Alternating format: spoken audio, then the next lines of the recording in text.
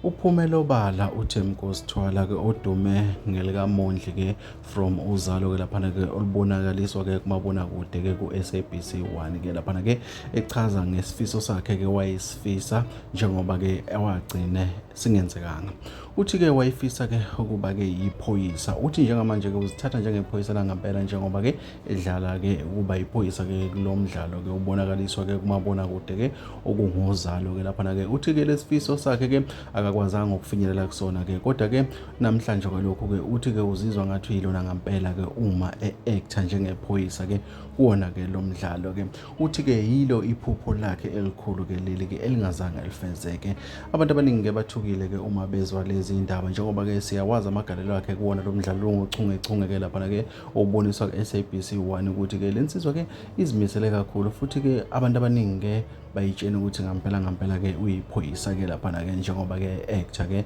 kube ukuthi ke abanye ke banalo ke ulwazi lokuthi ke akalona iphoyisa. Naye ke sevele waphumela obala waveza ukuthi cha le ndima ayidlala kuzalo uthi uzizwa sengazuthi ke uyilona ngampela iphoyisa njengoba